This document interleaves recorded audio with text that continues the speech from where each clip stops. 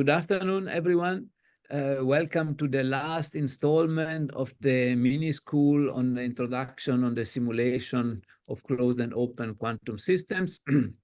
Our speaker is again Ian David, and apologies for the slight delay in the start of the webinar, but you all know how it can go sometimes with connectivity issues and so on and so forth. Yeah, Ian, then without further ado, please, the lecture is in your hands. Thank you very much. Thank you, Prof. Good afternoon to everyone here. To those who are sitting in the audience, give us a few seconds to sort that out, but for now I'll start on Zoom. So just as a quick recap, in the last lecture, we spoke about the quantum simulation of single qubit open quantum systems. And in this lecture, there we focused on being able to develop an algorithm to simulate single qubit open quantum systems with something called universal semigroup.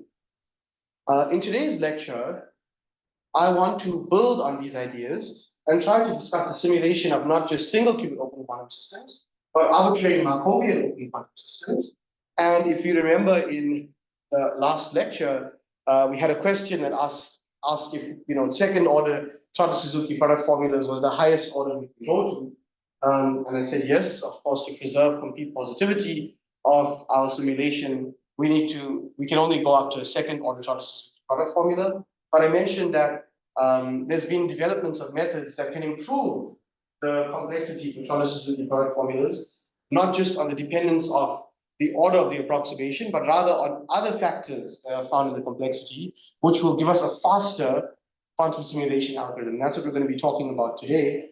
But before I even do that, I'll also talk about very briefly some other methods of simulating open quantum systems, just so you get an idea of what novel methods there are out there for simulating open quantum systems.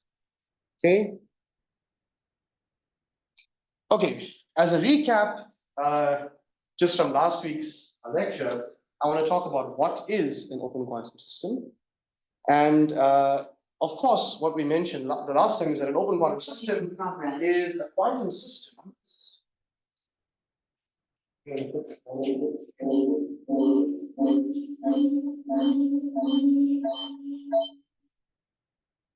Sorry about that. We're just sorting out the screen here at UKZN. Okay, just as a quick recap, an open quantum system is a quantum system that is now allowed to interact with its environment, exchange energy, information, matter.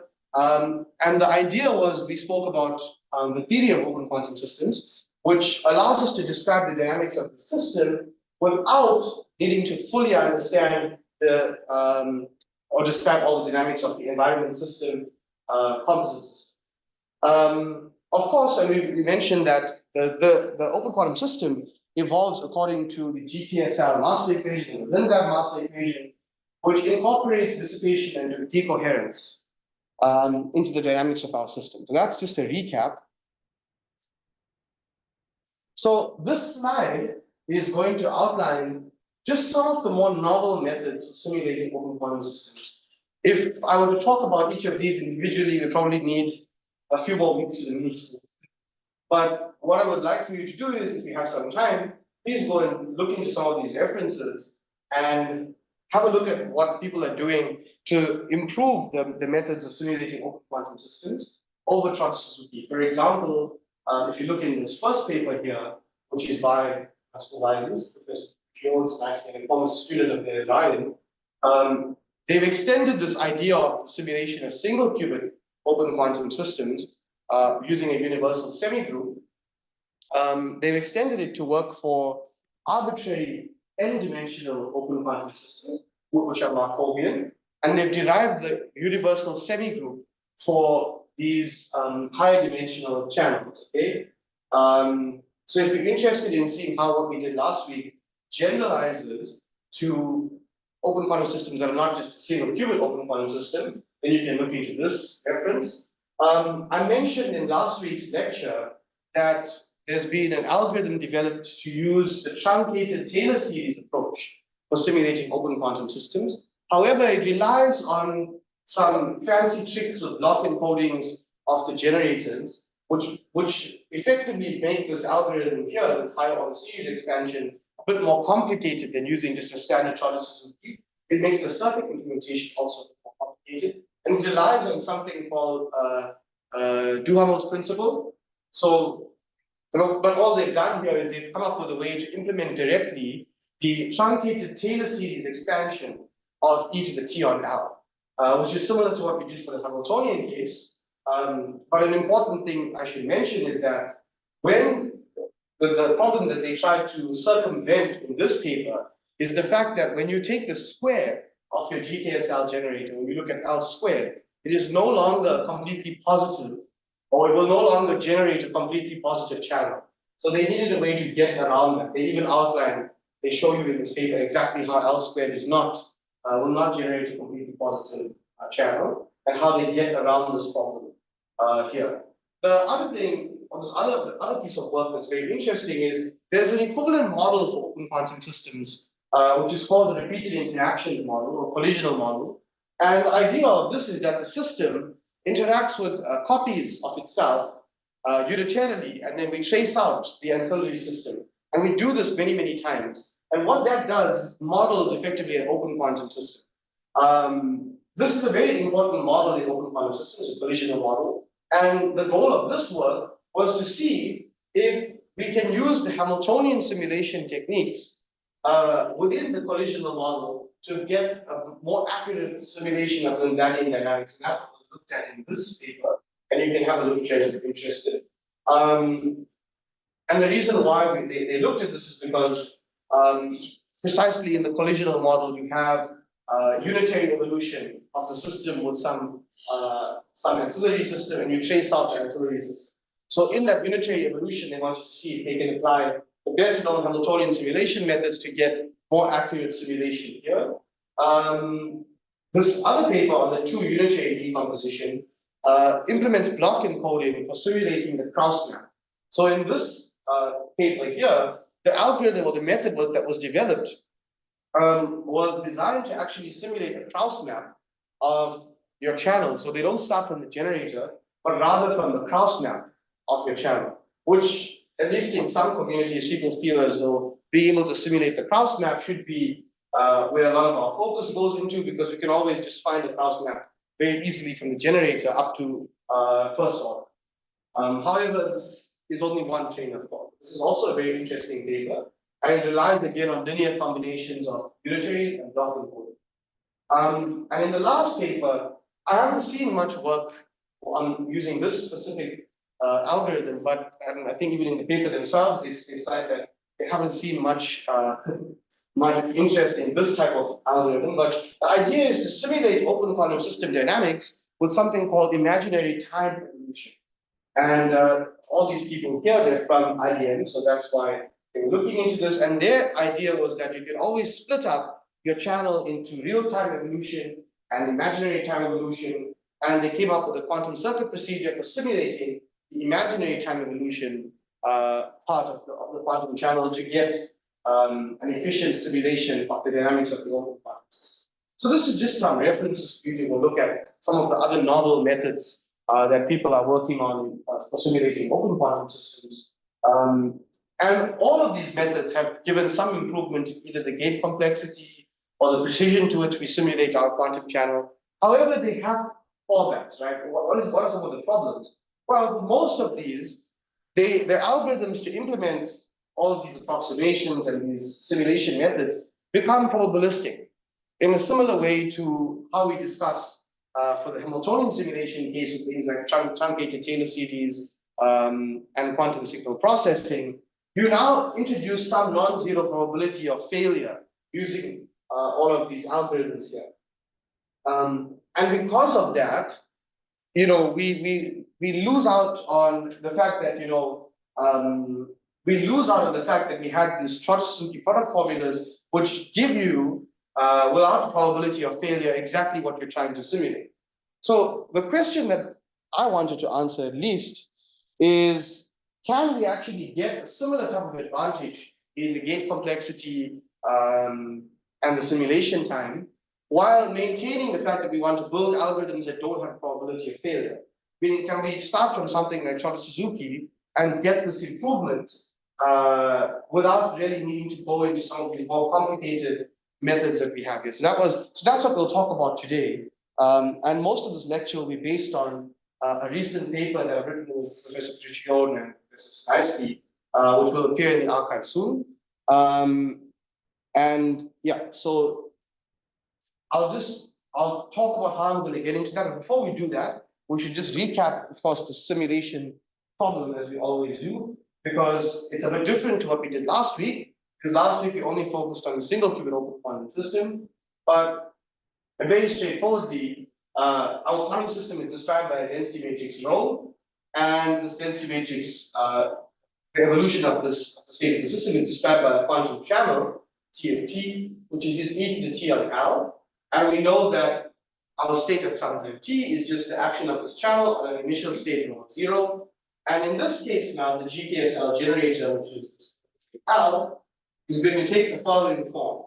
So if you remember last week, we had a GKS matrix, which was AIJ, but now we're using this other form. This is usually, they call it the diagonal form. It is obtained by diagonalizing that GKS matrix. But this is going to be the form that we are going to be interested in, okay? And these gamma k's are called decay rates. These LKs are what we call jump operators. And this part will describe the dissipative evolution, and this first part describes the Hamiltonian evolution.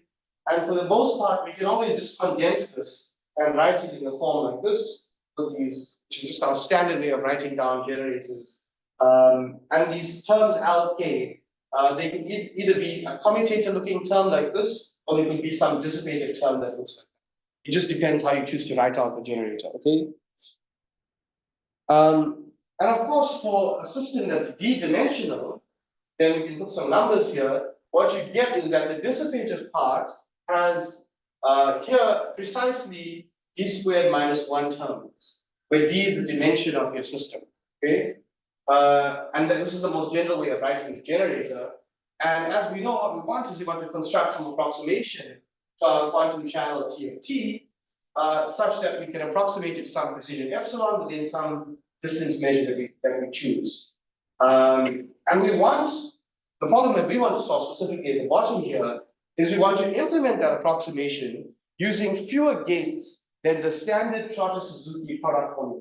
So that's at least the problem we're setting out to solve, is that can we use Trotter-Suzuki product formulas or some other product of simpler channels to approximate our total channel while using fewer gates or fewer exponentials than the Trotter-Suzuki or standard Trotter-Suzuki product formulas. Okay? And for the most part, we'll just, again, as I said, we'll rewrite this generator in this form here, and we'll just put a hat on this LKs to acknowledge the fact that we can absorb gamma into each thing, where these are just dissipated. So we have something that looks like in our standard form, just a sum of terms of the generator, where there'll be m terms in the generator. Last week, if you recall, I mentioned that we used the one-to-one shatter norm for the single qubit simulation algorithm. And I told you there's a better norm to use than the one-to-one shatter norm. And that norm is called the diamond norm. Okay? The diamond norm is a super operator norm, meaning it's defined on the space of these super operators. They're operators that act on the space of operators. Okay? And the reason why, if you look at this, it looks very similar to the one-to-one shatter norm, almost indistinguishable, except for one difference. Previously with the one-to-one shatter norm, it was just a super operator acting on the operator, and you take the trace norm. But now you see there's a tensor product identity, okay? And all this does is this tensor product identity, it takes the norm from being just a bounded norm, which was the one-to-one shatter norm, to now being what we call completely bounded. And again, this is related to the notion of complete positivity of the map. And the physical motivation for why you want to use this diamond norm instead of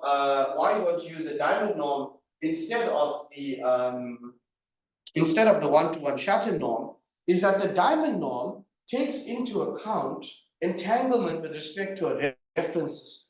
So in using this to characterize bounds on quantum channels, it gives you a bound that has some physical motivation to it, and also the fact that it's completely bounded, taking into account the complete positivity of these maps. So you can look into any modern paper on simulating open quantum systems, and they'll give you a nice introduction to the diamond norm, but it's basically just the one-to-one shatter norm with a tensor product of identity of the system that's the same size as your initial bounded linear operators on the Hilbert space. And of course, this one norm is just the trace norm for an operator. What I should make mention of is that we're going to use this to characterize the error of our simulation methods in today's lecture. Okay, so we're not going to use the one-to-one shatter norm. We're going to use the diamond norm. Okay, and a very important bound for this diamond norm, which you'll find if you denote this diamond norm with diamond, is the same bound that we've been using for the last few weeks. But because we are now using a new norm, we need to reprove this bound. It doesn't hold for any norm. You need to reprove it, and this is done by induction. It's a fairly straightforward proof. It's not very complicated at all. You just prove this for the base case, assume it holds for n, and then show that it holds for n plus 1. Standard induction. But this is important because what it says is that if I have a quantum channel to the power n, and you're taking the difference of another quantum channel to the power n, then their difference is bounded about by n times the difference between the norm of the difference between the two quantum channels. And it's a very standard bound, but it's very important in developing methods of quantum simulation. And because we're using the diamond norm this week, we need to also state it and prove it before we attempt to use it, okay? And automatically, before we even do anything, we can already bound the norm on the generator, because we remember from last week, we needed the bound on L when we were doing our simulation at the single qubit. So in this case, just by defining the generator and the diamond norm, we can already write down a bound, which we'll use later on when we're doing when we're showing the simulation algorithms. And the bound is extremely straightforward, right? Because it's just a straightforward triangle inequality or sub-additivity, and then you're using some standard results and bounding sums, okay? But if you look at this here, if we try to bound the generator, it's equal to this, we can apply the sub-additive property of the diamond norm. The diamond norm is sub-additive because it is a valid norm. Norms should be sub-additive. And this is less than or equal to the sum of the diamond norm of each of the individual LK hats. Okay? Now, if we define lambda, this capital lambda, as the maximum of the set of all the norms of all these individual LKs, then it's straightforward to actually bound the sum that you see here as follows. It's just bounded by the number of terms m times the maximum norm of each of the terms. And that's precisely the bound on the generator. So remember this bound because you'll see it somewhere. It makes a difference. And the reason why it makes a difference is because this bound is what introduces the dependence on the number of terms into the generator, into our gate complexity. The fact that this bound is not very tight is one of the main problems that we are that we have in simulating these simulating quantum systems in general, is that whenever you have a generator of some evolution, if the bound in itself is not very tight, then it introduces dependencies, like for example here, we introduce a dependence on the number of terms in the generator. So what does this mean? For something that's highly non-sparse, or has a large number of terms, and you can think of models where you have sort of a local dissipation and all-to-all interaction and just a large number of terms, then this number is going to be really, really big. And that's going to make a problem because we see that this term n lambda will pop up as a quadratic or, well, definitely not bigger than linear dependence in your gate complexity. And that reduces the problem because you now have this dependence on the system size, meaning that for very large systems, you're going to have a large number of gates. And that's always presents some problem when you're developing a simulation algorithm. You don't want large numbers of gates. You want to be able to do things with fewer numbers of gates because that automatically accounts for your simulation time.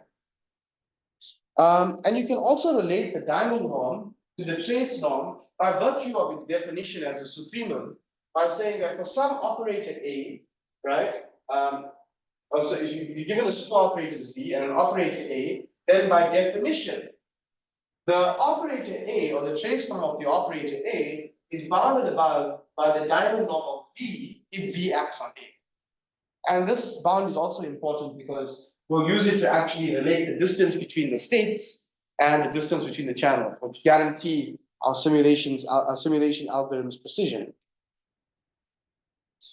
So let's talk, before I go into how we can improve it, I never actually showed you how to generalize Trotter-Suzuki for higher than single, systems that are different from the single qubit open quantum system. So let's talk about it, and I'll give a specific name to these type of product formulas because I'm going to talk about something else called randomized Trotter-Suzuki later on. But I'm going to call this deterministic Trotter-Suzuki product formula, and you'll see why I'm calling them deterministic in a moment. But it's related to the fact that the order in which we will apply the exponentials in our Trotter-Suzuki formula are known beforehand. And that is what we call deterministic. It means that the order in which we apply the exponentials in our Trotter-Suzuki product formula, because we know them in beforehand, we call it deterministic. Okay? So the main idea here is to use the Trotter-Suzuki product formulas, or these deterministic ones, to simulate our quantum channel to a precision epsilon bigger than or equal to 0, with the diamond norm distance as our measure of the error. Okay? So we can construct a first order deterministic Trotter-Suzuki product formula, which is just the standard splitting of the exponential with just e to the tau and lk and a product of them. And here the ordering is such that from the left-hand side, you start with k is going to 1, all the way to the end where the right-hand side is k is equal to m. So the ordering here is predetermined. So if I start here, it's going to be e to the tau and L1 times e to the tau and L2, so on and so forth until we reach the end. Okay? And that's why we call this deterministic. We know in what order all these exponentials are going to be taken in the product. Okay? And we refer to exponentials of this form where it's just an exponential of this smaller part of the generator or this term in the generator as a constituent channel. Okay? And you can also approximate the channel up to second order using the following formula here, which is your standard second order Trotter-Suzuki product formula. If you remember, I told you we have to stop here because if we go to higher orders, then we violate complete positivity of the quantum channel. Okay? And even in this one, it's also deterministic because we know, okay, the first chain here is going to go from k equals 1 to m. So you're going to have first products from e to the tau to 2 L1 to Lm. And then from this way, it's going to go from e to the tau to 2 Lm all the way back down to tau to L1. So that's how that product is written. And the order is preserved. We know it beforehand. We're not doing anything to the order. All we're going to do is we're going to stick to the standard Trotter-Suzuki product formula, and we call it deterministic in this case. Okay? And there's theorems that we write down, like we've written before. We write down to categorize or to fully characterize and understand what the error as well as the step count bounds are for using this simulation method. So if you're given the generator L, the quantum channel, and you're given some simulation time that's greater than or equal to 0, then we define the first order deterministic Trotter-Suzuki product formula in the following way. Okay? And if we let n be some natural number, and we define lambda as the max of the diamond norm of all these individual terms here, then the difference between our channel and the Trotter-Suzuki first order Trotter-Suzuki product formula applied n times is less than or equal to epsilon, where the precision epsilon is bounded above or is bounded below by this quantity here. And the number of steps, or the number of times we repeat the Trotter-Suzuki product formula n, is bounded below by this quantity. Usually what you would do is you take the ceiling function of this quantity and you'll specify the precision. But let's have a look, right? This is just the standard Trotter-Suzuki product formula. Deterministic, okay? And this is the first order case. We see here that it depends quadratically on the time, okay? And it depends here quadratically also on the number of terms in the generator. So as this gets larger, then the number of times you need to repeat this for a given precision is going to get larger and larger and larger, meaning that the number of gates you're going to have is going to grow also with the number of terms here. Okay? And the quadratic dependence on time also adds in the fact that maybe for longer simulation times, that we're not going to be efficient because it's going to grow for longer simulation times, you're going to need more and more gates. Okay? But this is just the standard, first order deterministic product formula. If we go to second order, which is the highest order we can go to for open quantum systems, we see that we have the same sort of theorem here, exactly the same, except we're using a different product formula. Okay? But now we see that the number of times we need to repeat this is now dependent on the number of terms, not to the power 2, but to the power 1.5. Okay? So this reduces slightly the dependence on this number of on the number of terms in your generator M. Okay? So at this point we see, okay, this is a little bit better. However, the question is, once you take the ceiling function of this, we see that again, for systems with a large number of terms in the generator, we're going to be left with a problem. And the problem being is that again, you're going to have a lot of gates. Okay? If we could go to higher order Chorley product formulas, this will eventually become some sort of linear scaling as the product increases. However, we know we can't do that because then we end up with non-completely positive channels as part of the Chorley product formula. And we don't want non-completely positive channels. Okay? So the idea here is that, okay, we have these deterministic formulas, but we have a bound on the number of steps. But this, in turn, is not necessarily the gate complexity, because something we need to remember is that when we did this for unitary closed quantum systems, these exponentials directly represented unitary matrices. However, here, these exponentials are quantum channels. And to implement a quantum channel in a quantum computer, you're going to need to use some type of dilation theorem to dilate this to a larger vector space so that you can represent this as a unitary evolution and then tracing out the ancillary space. Okay? And this is done usually with the Stein spring dilation, like I mentioned in last week's lecture. But what that means is that if we want to simulate this, Chorley product formula in a quantum computer, we also need, if we want to talk about the gate complexity, we need to not only take into account how many times we repeat this, but we need to talk about how many exponentials are also in each of these Chorley product formulas. Because the number of exponentials will directly depend, or will directly tell you the gate complexity for your circuit. Here I make the assumption that for each of these channels here, we won't talk about how to dilate them to the Stein spring representation and using Solovay-Kitaev to count the number of gates. But that's also something we need to consider when we do a simulation like this, is that after doing Stein spring dilation here, or the Stein spring representation of each of these exponentials, you would need to make use of something like the Solovay-Kitaev theorem, which you may have heard of in other mini-schools, or we just read it in Nielsen and Schwann, which tells you how to take any unitary matrix and decompose it into single qubit gates and a C0 gate that form a universal set. And it does it via approximation. So you have an error that's inferred after you use a Solovay-Kitaev algorithm. But we don't account for that here. We're only interested in the number of exponentials, because that will give us the prefactor that'll govern the gate complexity, which you'll see in the next slide.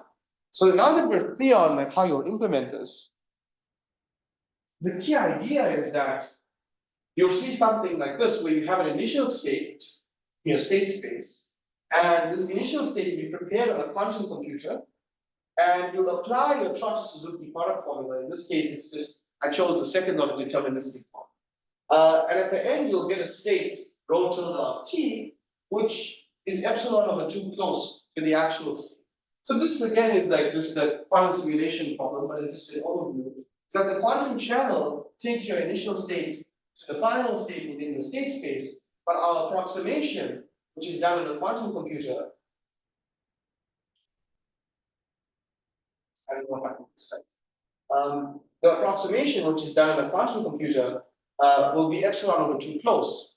And the idea here is that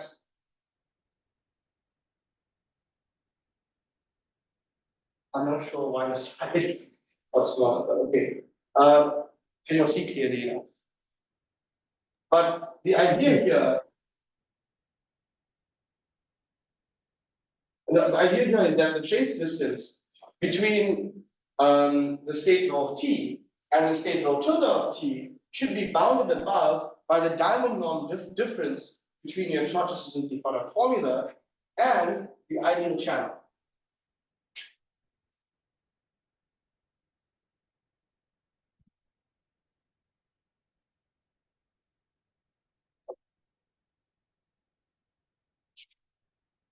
To those in the audience, I'm not sure what happened to the screen and why it got so small, but we can still see it absolutely fine, Ian.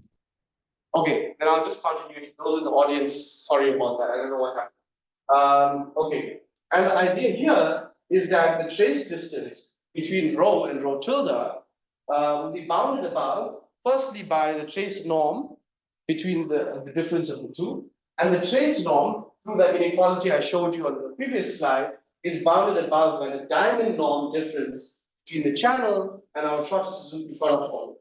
And because we know what the bound is on that, we replace it with epsilon. So we have that the distance between our approximated state and the true state at some time t is bounded above by epsilon over 2, which we've taken from the previous theorem.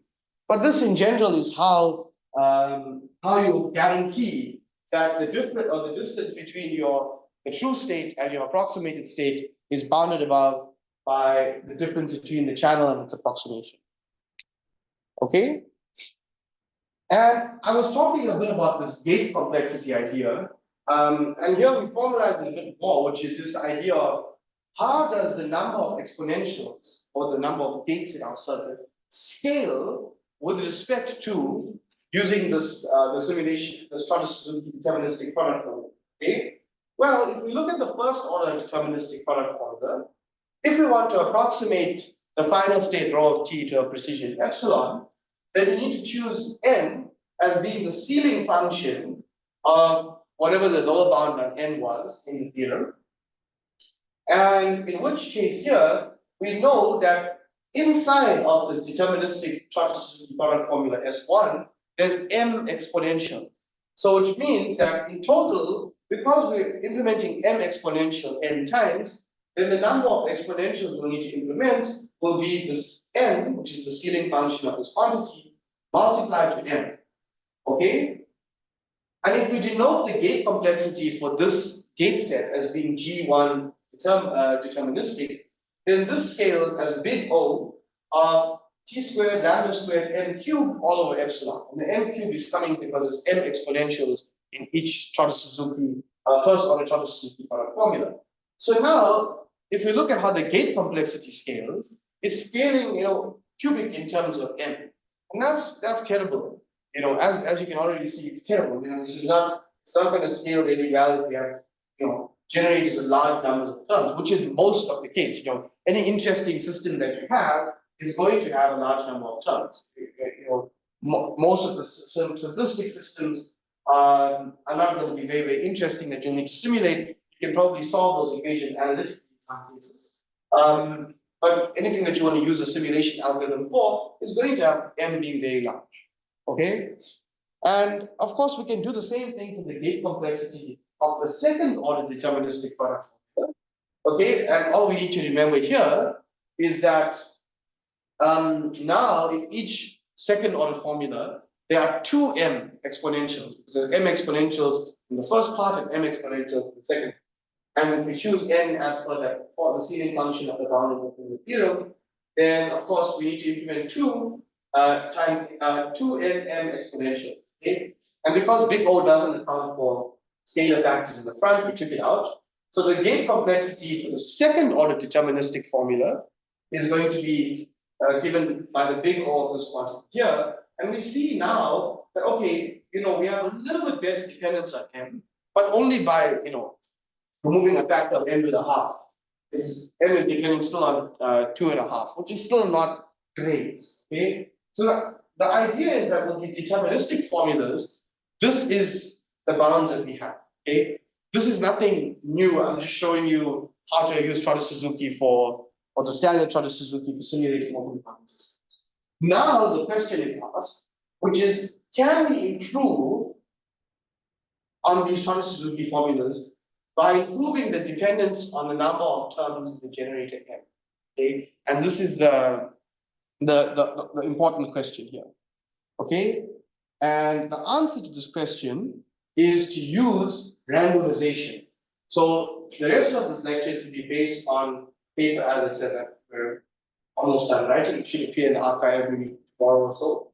And the key idea here will be to randomly apply the exponentials in the Trotter-Suzuki product formulas of the first and second order to achieve an improvement in the gate complexity's dependence on the number of terms in the generator. So the key idea here was we asked the question, okay, we know the order of which we need to apply for the exponentials in our first and second order formulas. But what if we decided, okay, let's commute the exponentials in the second order formula? Or let's randomly apply forward and backwards formula. This idea of constructing these approximations that account for this random switching of the exponentials actually lead to an improvement in the gate complexities, while preserving the fact that at the end of, after using these approximations, the circuits that you will then develop are just standard product formula circuits. It's just the orders are switched. So we can get this improvement without actually introducing anything like a non-zero probability of failure or some probabilistic method. And we can get this improvement just very straightforwardly, just applying this idea of randomization. Okay? So the general procedure here is very, very simple. It's that we know how we're going to split up the generator. Okay? And we want to construct some approximations of the quantum channel using the diamond norm as our metric for how good our approximation is. And then finally, once we have these approximations that take into account randomization, what we want to do is we would want to either use what we call classical random sampling to construct a gate set, or we make use of the famous quantum forking algorithm to implement these randomized product formulas on a quantum computer. Okay, so this is just the general procedure. And as I said, what this does is this first part, where we employ classical random sampling, is a hybrid quantum algorithm, whereas the second approach of using quantum forking is fully quantum. The classical sampling will do the sampling on a classical computer, whereas quantum forking is sampling from a distribution on a quantum computer. So we'll talk about the gate complexities for both of these approaches, and both of them will have their merits. And of course, with quantum forking, the merit being that it's all done in a quantum computer. There's no classical component to it. So let's go back and look at this first order randomized product formula. Let's go back and look at how can we improve the first order formula with randomization. Okay, so how can we go about doing that? Well, very, very straightforwardly, if we look at the first order formula that I showed you in the previous slide, it goes in ascending order, from k being the smallest number to n. Okay, but you could also reverse the order. Okay, you could also reverse the order and go from k going in descending order. And in that case, you would also approximate your channel up to first order with exactly the same bounds and the precision and the gate complexity. Okay? And what happens in this case is that we actually find that if we randomly apply the Trotter-Suzuki product formulas in both the forward direction, I call the forward direction where k is going in ascending, and the backward direction where k is descending, okay? I call that, we actually find that if we, with an equal probability, apply the forward direction and then the backward direction, we actually find that we not only get an improvement on the number of terms in the generator M, but we find that we also improve the precision and the order of approximation using this method. Okay? So here we define the first order randomized formula, which is just a convex sum of both the forward and the backward direction. Okay, so this is a fairly straightforward, straightforward way to approximate our quantum channel. And the analysis of this is very easy, right? You just have to Taylor expand everything and check the difference and do some bounds. It's nothing very complicated. But this is the theorem that will state the first order randomized formula. And it's very straightforward, where in this case, L goes from K from 0 to M, okay? And you have a quantum channel, T of T, and sometime T bigger than or equal to 0. We have the first order randomized product formula defined as this, which is just where you apply, and what is, if you actually look at what this channel does, what it's telling you is that half the time you're going to apply the forward direction, and the other half of, with some probability, half you apply the backward direction. And this is where the classical sampling comes in. And you'll see later on that if I wanted to construct a quantum circuit to implement this randomized product formula, all I would need to do is basically have a classical sampler that like flips a coin, effectively. And if it's heads, then you add S1 in the forward direction to the gate set. If it's tails, you add the reverse, and so on and so forth. And you keep doing this, and you'll actually build a gate set of these product formulas that will approximate our channel up to a precision that we see here, and a number of step bound that we see here. And if you actually look at this, and n plus 1 is because k is going from 0 here, because n plus 1 terms in the generator. But if you come from k is equal to 1, it will just be n. Okay? But if you actually look, even though we're only using first order formulas, by randomly compiling them, what we've actually achieved is that we can actually get the same precision as using a second order formula, but we're using only first order formula. All we're doing is we're randomly compiling them in this case. Okay? So what we've done, and this is where it's interesting. If you look at the bound on n here, right? This is the same bound that we had for the deterministic Trotter-Suzuki, right? However, by randomly, or this half probability going forward and backwards, constructing a gate set with this bound on n, the number of exponentials, if you actually have to count the number of exponentials, it won't be 2 times the number of terms here. It'll be just the number of terms times this, because it's just first order formulas that are in the gate set. So we've actually reduced the gate count by using this randomized formula. The gate complexity will be actually exactly a half. It's reduced by a factor of half over the deterministic second order formula, while achieving the same precision that you have here. So that's something very interesting, and that's done with classical sampling. However, if you remember from last week's lecture when I discussed quantum forking, if you look at this, it's a convex sum of channels, which we know exactly how to do with quantum forking. And last week's lecture, I showed you precisely how to do half of one channel plus half times another channel with forking. So you could do that. You could implement this whole thing, which is quantum forking. And there again, you'll use fewer gates than you would if you were doing this, the second order deterministic formula. And if you remember from last week's lecture, I mentioned that quantum forking applies those channels in parallel. And that parallel application of the channels is what via quantum forking is what makes this formula faster than the second order deterministic formula, because whereas the second order deterministic formula will apply, it will apply to each of the Trotter-Suzuki formulas in sequential order. Using forking to implement something like this, you get the same precision as the second order deterministic formula, while having the improvement of the fact that you are applying all these channels in parallel instead of sequentially. And that's just the basic idea of how you can implement something like this with both the classical sampling method and the quantum forking method. Then the next question you asked is, can we improve the second order formulas with this randomization? And this one is a bit more trickier because we don't just do convex sums.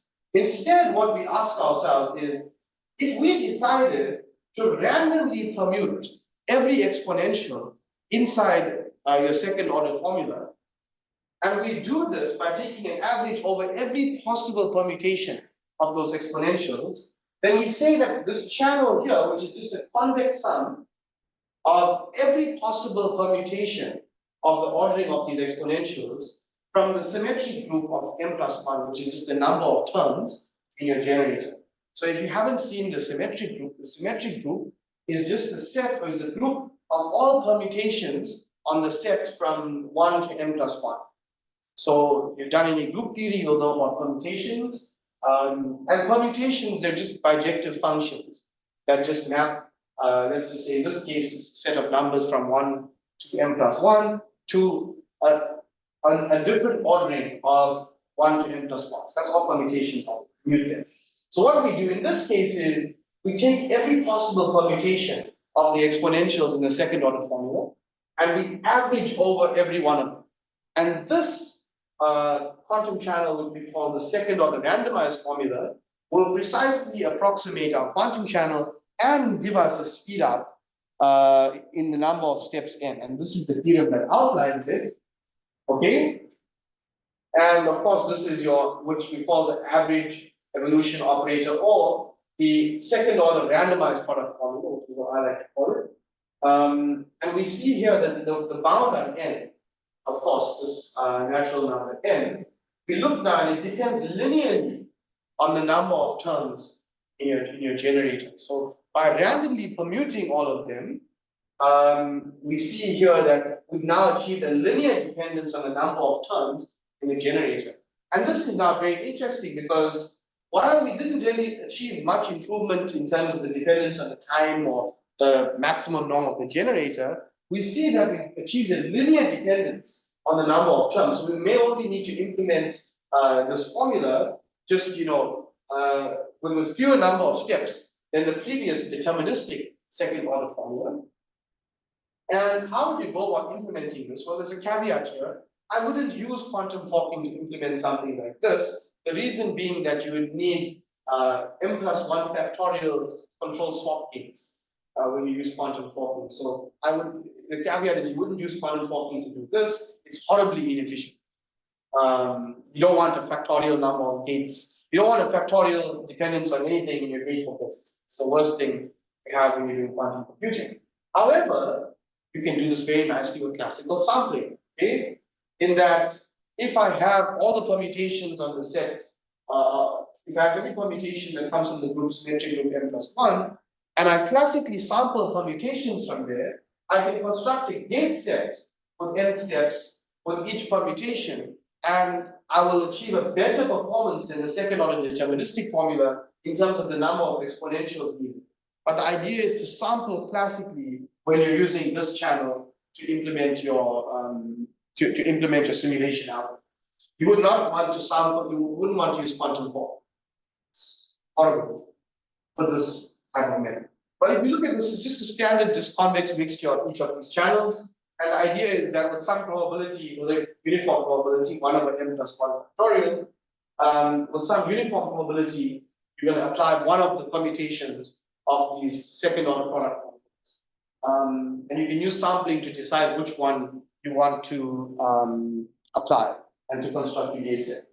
But these are just the bounds and the precision and the number of steps. To get the gate complexity, it's easy here, right? You just count the number of exponentials. And here it will be 2 m plus 1. So eventually the gate complexity scales quadratically with the number of terms, which is still better than the gate complexity scales for the, which is still better than how the gate complexity scales for the deterministic form.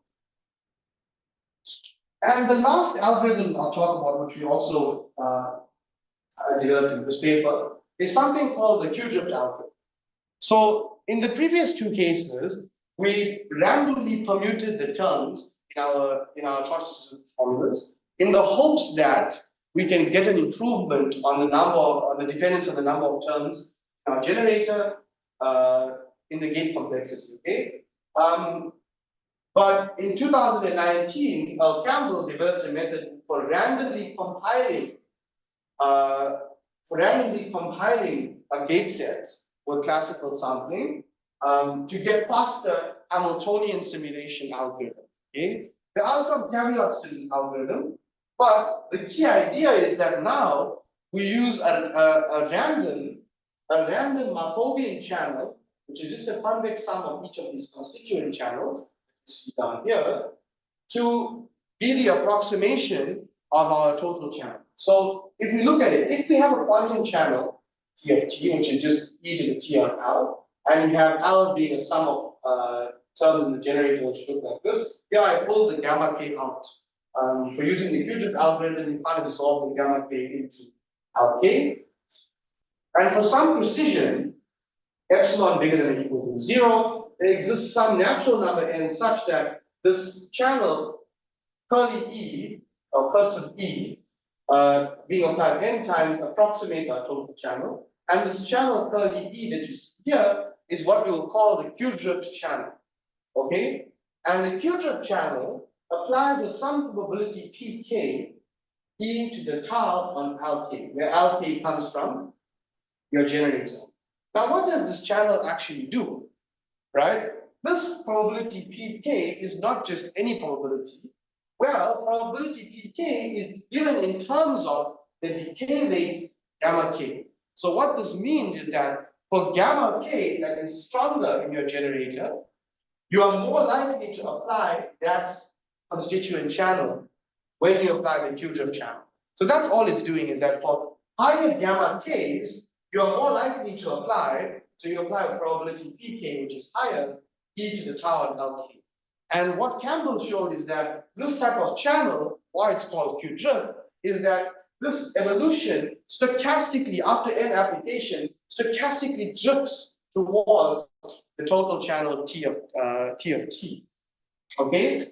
And this alpha that you see here is just a sum of all the decay rates. Okay?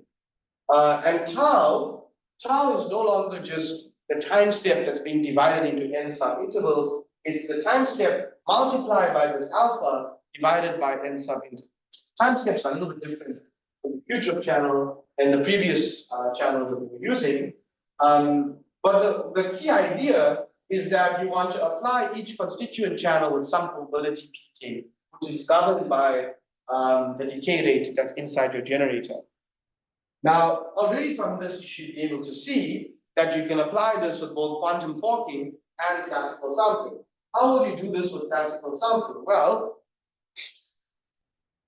I'll just jump here for a second. To do it with classical sampling, what you would need to do is by this definition, okay? And here I use omega to represent this modified tau, okay? You want to apply this with some probability pk, okay? How do you do it? Well, if you have a random variable, which could either come from the set 1 to n, which is just the terms in your generator, and if you have this L going from 1 to n, so with JL, you want n of these j's, because you're repeating the channel n times. Then you can define the probability distribution where the probability of JL being k is equal to precisely pk, which is gamma k over alpha, right? And we denote the gate set that we'll construct for this Q-drift channel as GQD for Q-drift. And we have a classical oracle function called sample, which I won't tell you how it works, but all it does is it just samples some set based on a discrete probability distribution. And it should return the value from 1 to n, which will tell you which constituent channel to apply or to add to your gate set. And if you do this and you repeat this whole process n times, you'll get a gate set with n constituent channels, where n is defined as per the Q-drift theorem. And each of these channels, the likelihood of seeing a constituent channel in this gate set is higher if probability pk is higher. Because it's just sampling, right? It's just very straightforward. It's that if the probability of getting k is much higher than some other value of k, then you're more likely to see that constituent channel in your gate set. And we find that if we construct the gate set like this, eventually the evolution stochastically drifts towards our total channel T of T. Okay?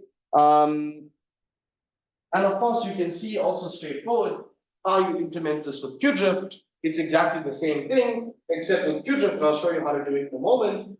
You're going to change, instead of the half that we used in the circuit last week, we're going to prepare particularly a register that encodes the probabilities pk.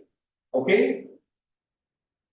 If we want to compare the difference on all of these formulas, you can have a look at this graph. And here I compare all of the different gate complexities. Sorry, not gate complexities, but the step complexities of all of the different algorithms that we've covered so far for a precision of 0.01. Okay, so 10 to the minus 2. And I've varied the number of terms and I plot this complexity. Okay, so if we look at the first order deterministic formula, the complexity blows up. On this axis, it's times 10 to the 8. You can see the complexity just blows up completely. And if we look down here, all the other algorithms are much more smaller. Okay, so we need to zoom in. When we zoom in, we see that the second order deterministic also blows up, but it's in line with the first order randomized form. Because, and here we're only plotting the complexity, right?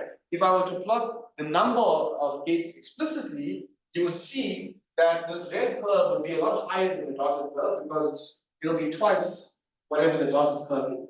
But complexities don't really take into account scalar factors, so we just ignore them. They scale the same with respect to all of them. If we look at the second order randomized formula, it has already quite a lot of improvement down here.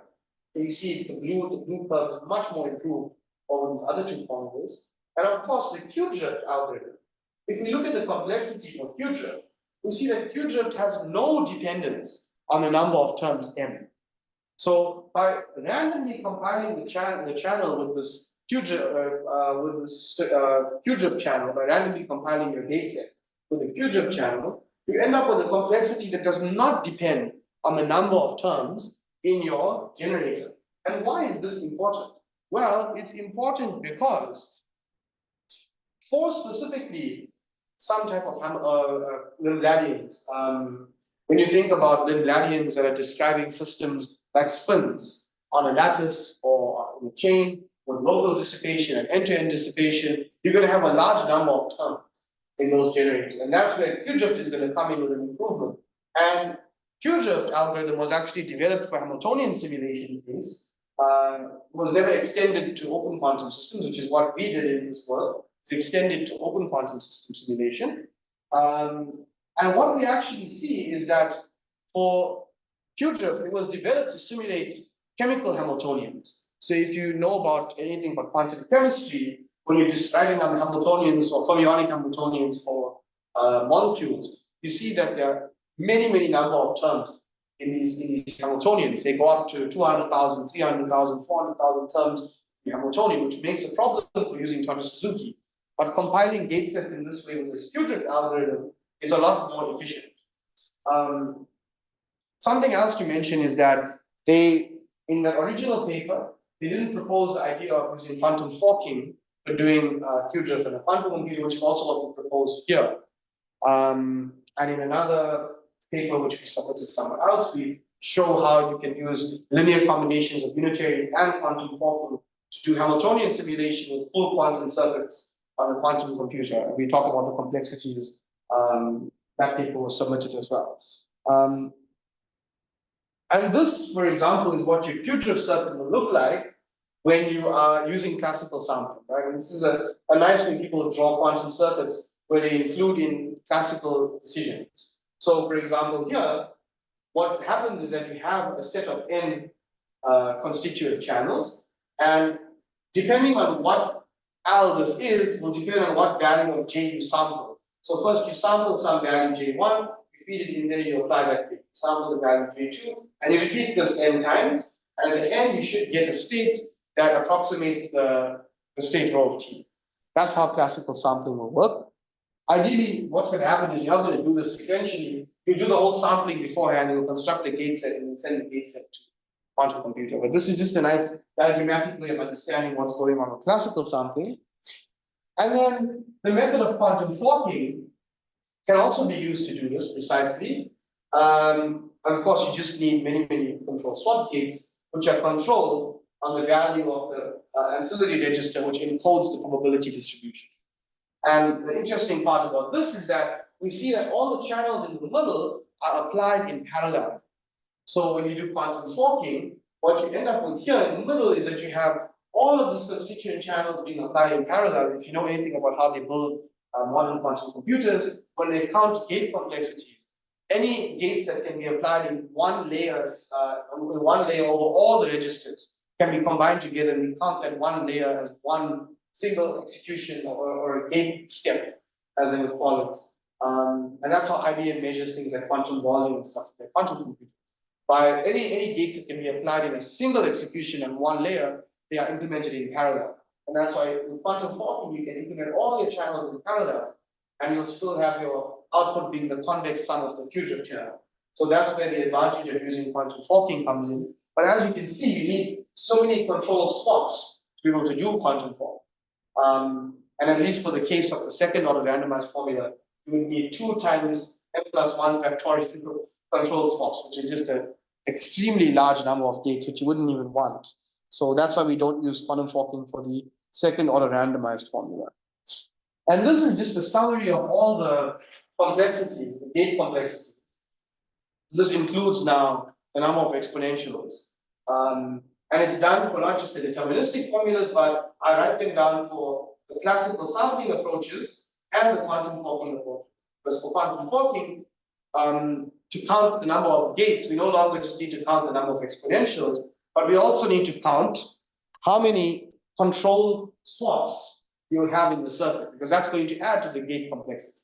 So in counting those and putting everything together, we have a final table which outlines all the complexities for this. And what can we see from this table? Well, let's just look solely at the dependence on the number of terms in your generator, which here, I don't write n+1, just shows you with n, shifted the sum just to make this look neater. Let's look at how it scales. For the first order deterministic formula, it scales m cubed. Second order deterministic improves it by going m to the power 2.5. First order randomized is using first order formulas, but it has the same complexity as the second order deterministic. But let's look specifically at how it improves over the first order deterministic, which you see improves the dependence on m by a factor of half. Okay. And then if you look at the second order randomized formula, it has a quadratic dependence. So you can see as we're using these randomization methods, as well as the higher order formulas, we begin to see how we're decreasing the dependence on m to some power. And if we look at Q-drift for the classical sampling, we see that it has no dependence on m. So this is obviously the best approach if you have some type of generator with a large number of terms. And lastly, I don't do second order randomized quantum forking because I explained why. But if you look at the complexities for the first order randomized quantum forking, we see that here, all we have here is that it's precisely just the number of gates as the second order deterministic. The reason for this is to do quantum forking with the first order randomized formula, you just need 2 control swap gates, and that wouldn't affect the complexity. But for Q-drift, what we see is you'd need 2m control swap gates. So that's why with the quantum forking approach for Q-drift, we see there's a dependence on m in the gate complexity. So we need m more gates to use the quantum forking circuit for Q-drift. And this is not that inefficient, because if you look at the best known algorithms for classical sampling on a classical computer, they would still introduce some m. So in a more proper analysis, which I have another day in another paper that we're writing, you can take into account what is the scaling of complexity with respect to the classical sampling algorithm. And we see that it will also introduce a factor of n back into the gate complexity. So if we take into account the runtime of the classical computer as well as the runtime of the quantum computer, we see that the quantum forking approach is actually just as efficient as the classical sampling. So we're not losing any efficiency by doing the sampling on a quantum computer. Would be nice if, as an open problem, to see if you can achieve the sampling even faster on a quantum computer, and then do something like quantum forking. But that's more of an open problem. But yeah, so that's how we would go about using these randomization techniques to get an improvement over the standard transistor product formulas. And at the end of this, all the circuits that we have do not have a probability of failure. They will directly implement an approximation of your channel, while giving you an improvement in the dependence on the number of terms. So for large systems, very large systems, or non-sparse systems, it makes these randomized algorithms a lot better, a lot of a better choice for simulating open quantum systems than just a standard Todd-Suzuki product formulas. And I'll just end it there. Thank you for your time. Okay, Ian, thank you very much for another very nice lecture. Sorry, my video doesn't come on. Yeah, here we go. Are there any questions from the attendees? Please just raise your hand or use the chat. You know how the game is played by now. And we can give you the right to talk.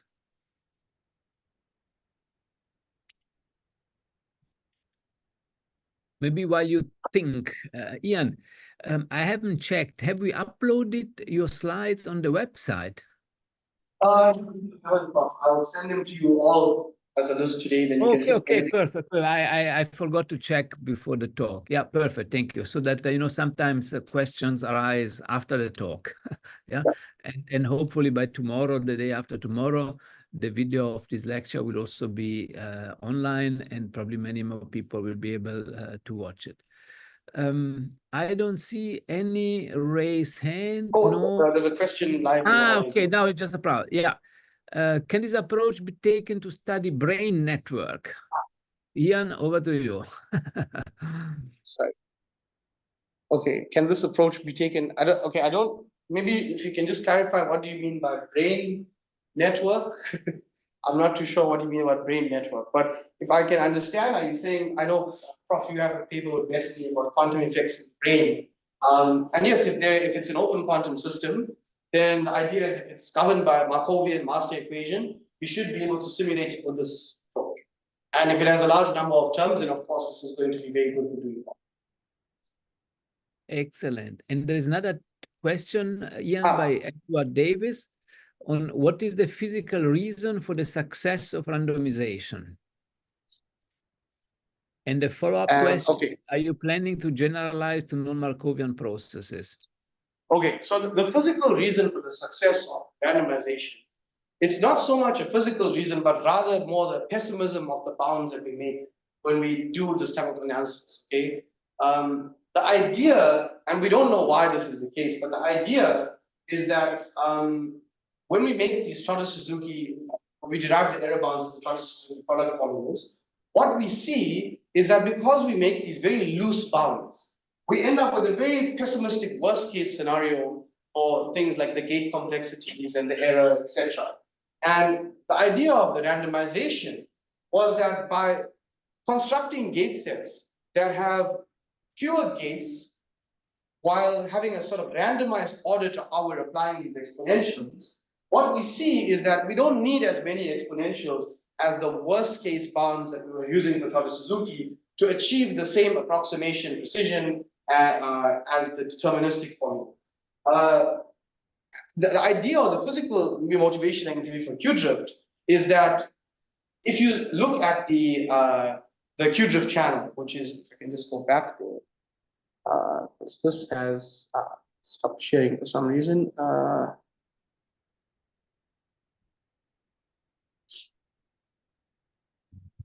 Just go back to the Q-drift channel. Okay, you can see that. So the Q-drift channel that you see there, if you have a look at this, this is going to apply with some probability pk this constituent channel. And the physical motivation for this is that this pk depends specifically on this gamma k, which is the decay rate in the generator. If the decay rate is higher, what that effectively means is that that term is going to contribute more to the dissipation. So that's the sort of physical motivation for the success of this type of random compilation of the gate set. Is that the idea of you don't need to necessarily apply every channel, every constituent channel as a product, but rather if you just have a gate set which is a product of these constituent channels with more of the constituent channels corresponding to terms in the generator with a higher decay rate, then effectively you'll stochastically drift towards the true evolution of the system. And to answer your other question about are you planning to generalize to non-Markovian processes? With non-Markovian processes, it's a bit tricky, right? Because the idea is that the master equation to describe non-Markovian processes, formally speaking, has the integral, is an integral differential equation with an integral over the memory kernel. And approximations have been made like TCR2 or TCR4, which is your time convolution use master equation, or even your time local master equation with negative decay rates. And these negative decay rates, which you get in your generator, will eventually correspond when you do product splitting like this to non-completely positive channels. And these non-completely positive channels, sometimes they're not even positive channels themselves, require a bit of fiddling to actually implement on a quantum computer. So the direct way of how you generalize this whole process to non-Markovian system, non-Markovian processes is not so clear while preserving complete positivity, but it could be something that we look at in the future once we probably have a nicer way of understanding how we can implement these non-positive channels without, being horribly inefficient.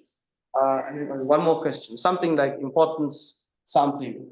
It kind of. I don't think the original author was thinking of importance sampling when he was doing it, but it just is just a straightforward idea that the probability is related to the strength of the term in the generator.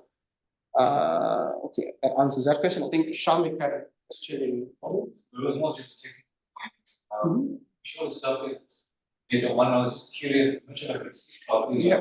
Oh, which one? There's two. Yes, that one, that one. Quantum Falcon circuit. Yes. Can you please repeat the question because we can't hear it? Okay. I didn't ask. Oh, you didn't ask that across. Yes. Is just to know what these exponentials are. Exponentials function L on top. So are those individual sums from the GKLS master equation that you showed earlier? Okay, so the question was, are the exponentials in the quantum Falcon circuit the individual sums? So what they are, they're precisely the constituent channels. So these L, the L1 to Lm, are just the individual summons from the GKSL master equation. So they're just the individual summons from it. So, okay. That's done. Excellent.